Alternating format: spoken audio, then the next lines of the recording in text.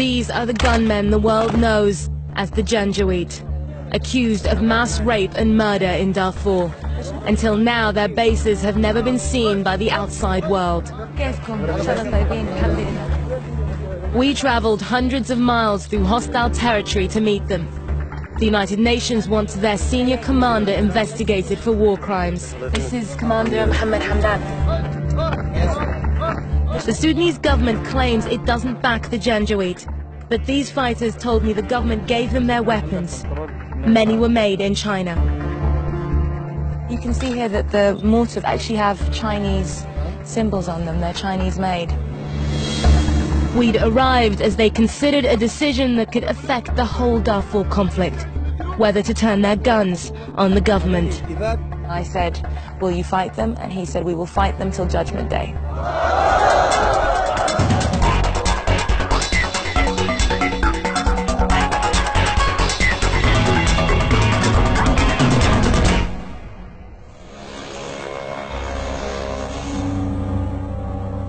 Darfur is a part of Sudan that its government doesn't want people to visit.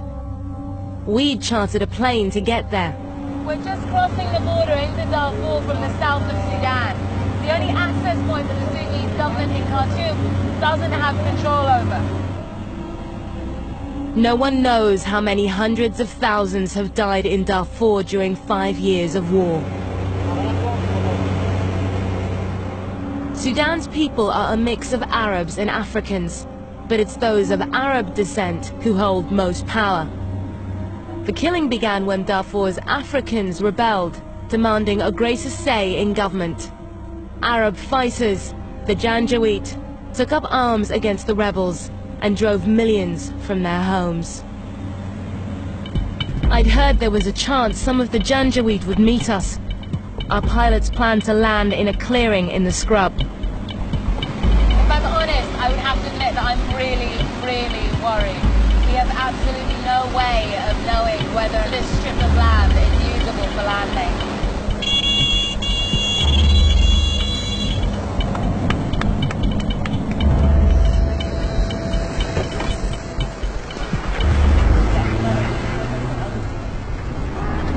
My contacts were local Arabs who'd agreed to take us to a key Janjaweed base.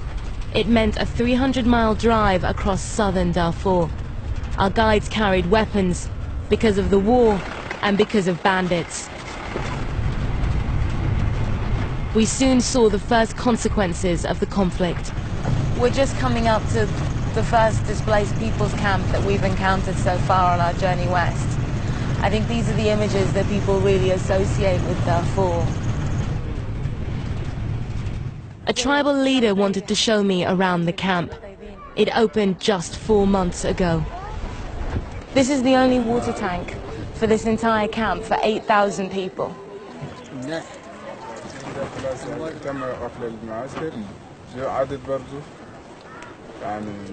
This camp is... They're telling us that this camp is actually full to capacity. So when they did the last count on the 24th of December, it was at 8,000, but they've had to keep taking people in, even though there's nowhere to put them. It's just incredible to me that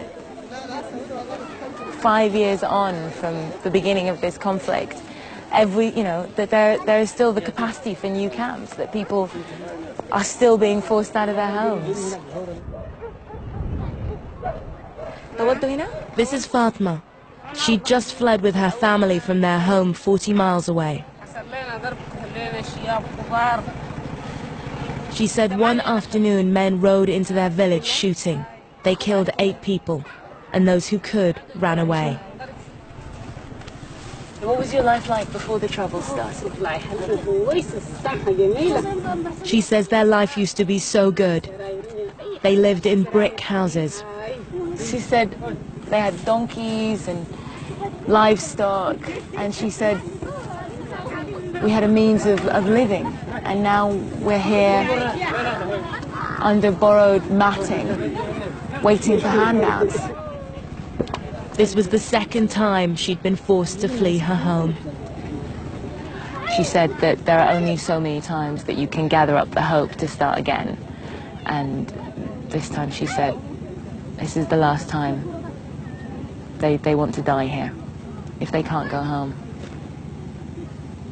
Who do you think is responsible for this? She didn't want to say in the beginning, but in the end she said that it was Arabs, that they came together and rode into their town and stole their livestock and burnt the village. These stories of Janjaweed attacks have been repeated for 5 years. The United Nations accuses the Sudanese government of being behind the Janjaweed and of helping organize the violence. The government denies this.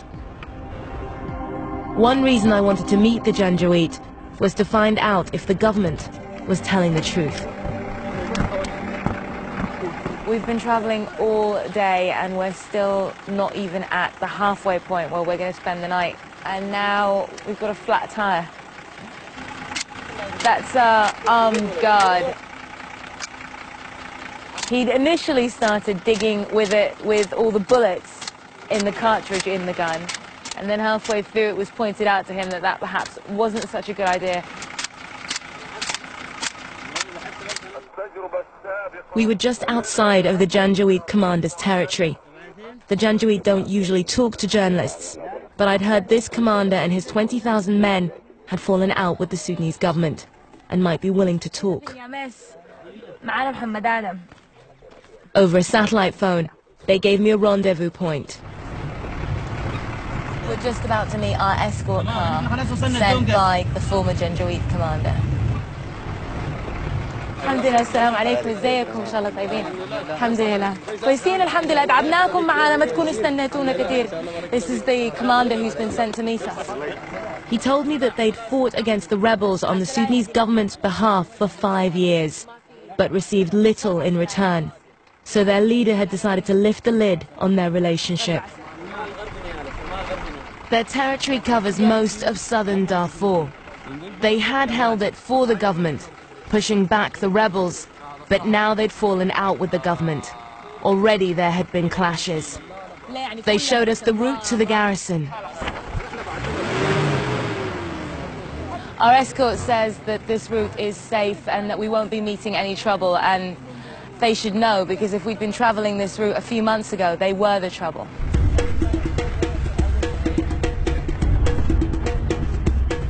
We'd been driving for 2 days. They said the garrison was another 2 days north. Our escort was heavily armed for the journey. The machine guns got amulets with verses from the Quran, blessed by a local sheikh, and all of them are wearing them. What do these protect you from? They stop bullets. That even if a spear comes right in, it won't pierce you. The Sudanese government has denied arming the Janjaweed, but these fighters said that wasn't true. They told me to look at where their weapons had come from. You can see on this box, just across here, it says Yarmouk Industrial Complex, which is the main government industrial armament complex, which is under US economic sanctions for involvement in the manufacture and shipping of arms to Darfur. One of the officers, Jafna al-Bakhit, says he was recruited by the government. So how are you recruited? يعني لما جو جندوكم جندت كيف انت؟ He says at the start of the conflict, government recruiters went around Arab neighborhoods, promising rewards for those who took up arms against the rebels. There was a rush to join. But he says these rewards, being looked after by the government and investment in Arab villages, never came. We were approaching a government stronghold. The men were worried government sympathizers might alert the army to our presence. Our escort have asked that my director be brought into the back seat next to me, and they've tried as best as they can to conceal the fact that he's white by wrapping him in one of their scarves. They stopped briefly to show us the aftermath of a recent clash with the Sudanese army. This is 20 kilometers from Niala, from the government stronghold in South Darfur. They told us the government sent in planes to bomb them in revenge for their defection. He said his brother was killed here under the bombardment. He said that this is where someone else was killed. This is where the blood was. We didn't stay long. There's a Sudanese government helicopter that's been circling overhead. But once we're out of the circumference of Niala, then we're hoping it'll be okay. Finally, they told us we were approaching the garrison. The garrison is just there.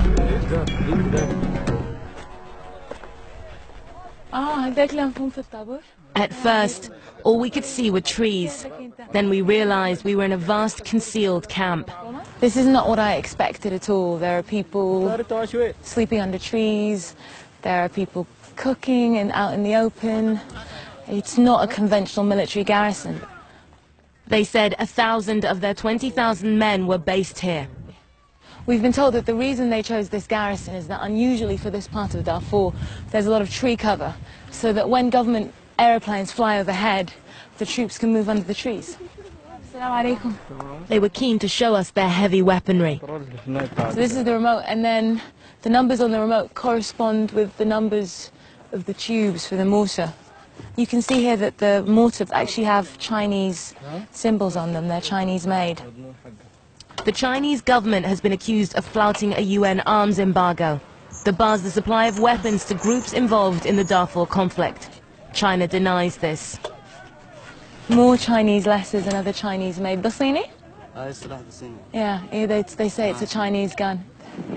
This is a Sudanese armed forces truck with what looks like an anti-aircraft gun on the back of it. He's going to jump up and show us how it works. Were you operating this when it was the Sudanese government gun? Well, he himself used it in battle against the rebels in North Darfur.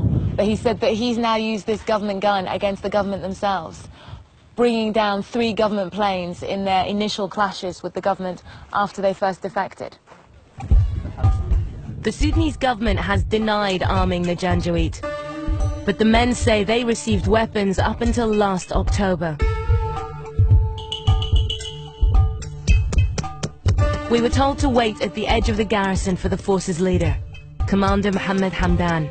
But then we got word that he was having second thoughts about our filming. We've just seen Commander Hamdan's car cross the riverbed. We heard the government had started negotiating to bring the commander back on side. A delicate time, and not a good moment to go on the record about government backing for his forces. Incredibly, he still turned up. Commander, زيك كيفك انت؟ الله يسلمك ان شاء الله انت طيب. This is Commander Mohammed Hamdan, the man we spent the last 2 weeks trying to meet. Hamdan's men are accused of carrying out atrocities while allied to the government. Yet publicly, the powers in Khartoum have disowned them. He said he wanted to put the record straight.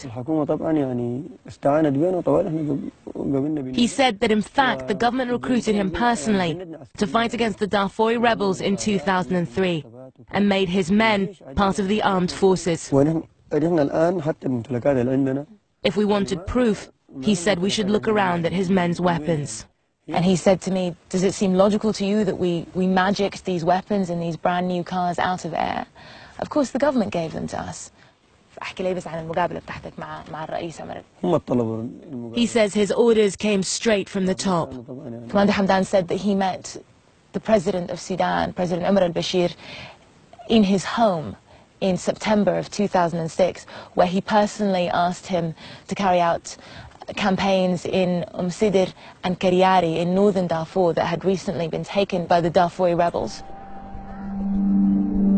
These are the first direct allegations by a senior Janjaweed leader that his force was armed and controlled by the Sudanese government. It's what the international community has long suspected.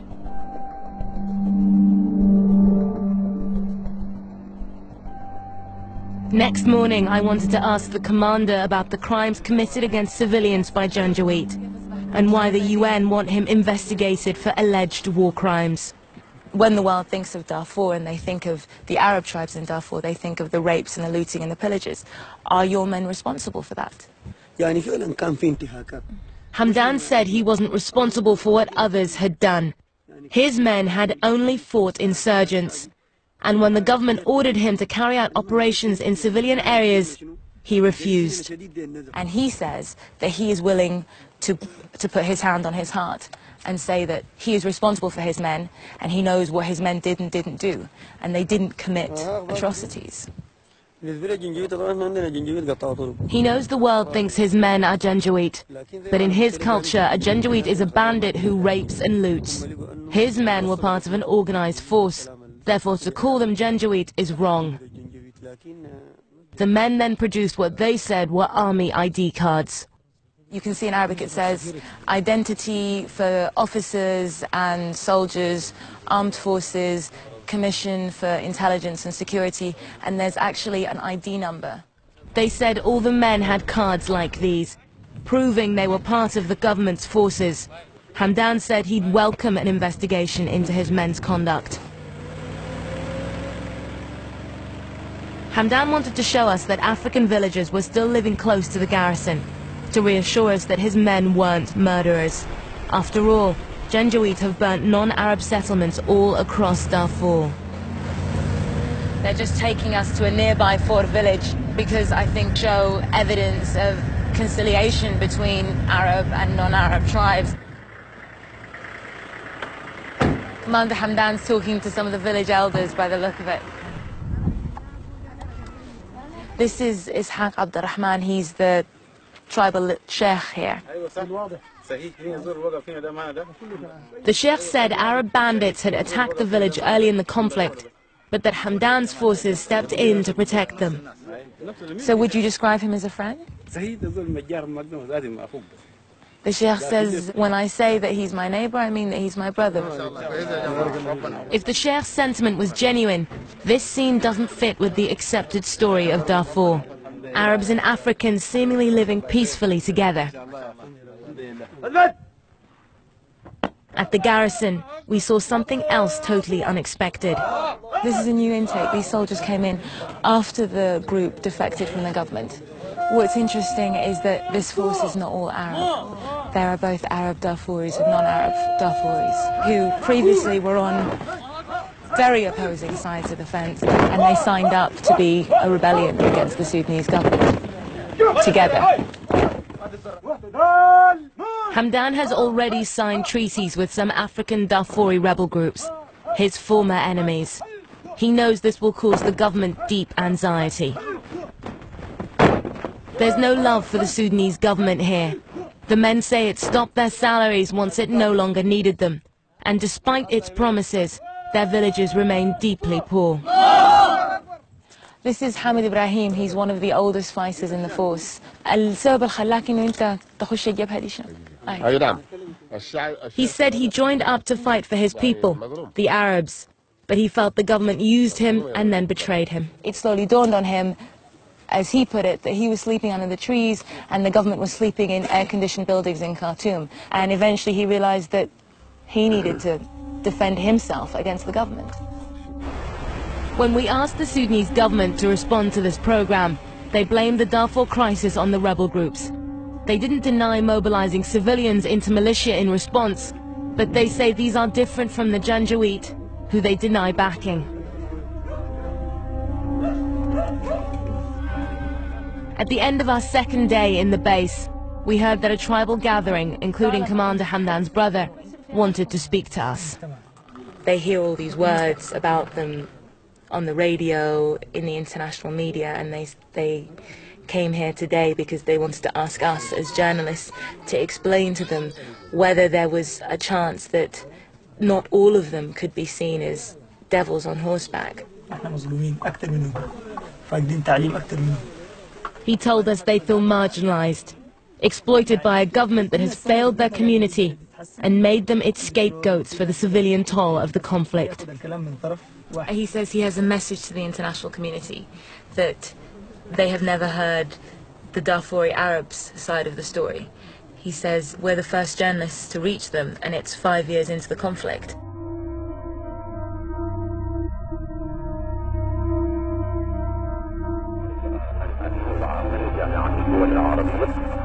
Next morning we discovered the government had made an offer designed to bring the movement back into the fold. Things were tense at the camp. Commander Hamdan is in a meeting with his senior field commanders. They might not look like much, sat cross-legged at the bottom of a dried riverbed, but what you're looking at back there is the senior command of the most potent fighting force in the Darfur conflict. The commander told us the government was offering cash to help develop Arab villages and a share in power. And the leadership knew the government had been trying to persuade their commanders in the field to switch sides. Events began to move quickly. We've been told by the commander's chief of staff that a deal between them and the government is not going to go ahead by the looks of things. People have been gathering at our camp all morning to feed us different snippets of information. It became very clear that these guys were thinking that clashes with the government is very likely. The leaders called a meeting of their top men. At stake, whether the biggest fighting force in Darfur would rejoin the government or become its enemy. All of the force commanders have been gathered here. There's a really consultative process in Arab tribes here. And even though Commander Hamdan might be the overall commander, he has to make sure that he's consulted his men and his men are on board before he can go forward with any decision he makes.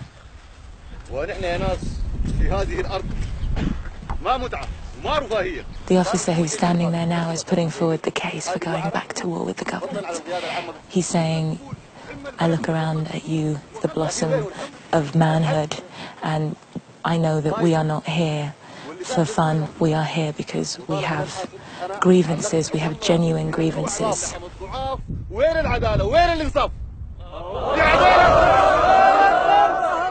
It was clear the men felt the government still needed to do more to regain their trust. It's incredible to be at this gathering, to be at a gathering of people who have never been before seen by the world's media, but to be at one of their most important meetings. Commander Hamdan now knew his men were solidly behind him. He wants you to film this.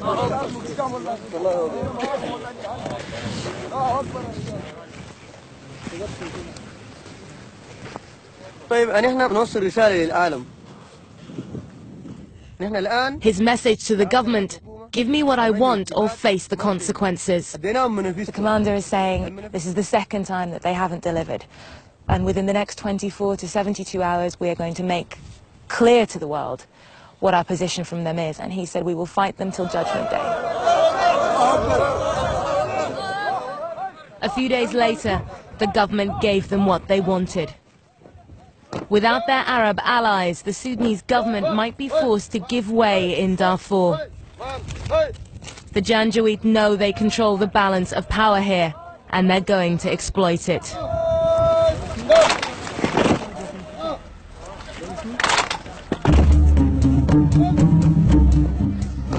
Unreported World travels across Israel, Gaza and the West Bank to discover if Hamas's strategy is working.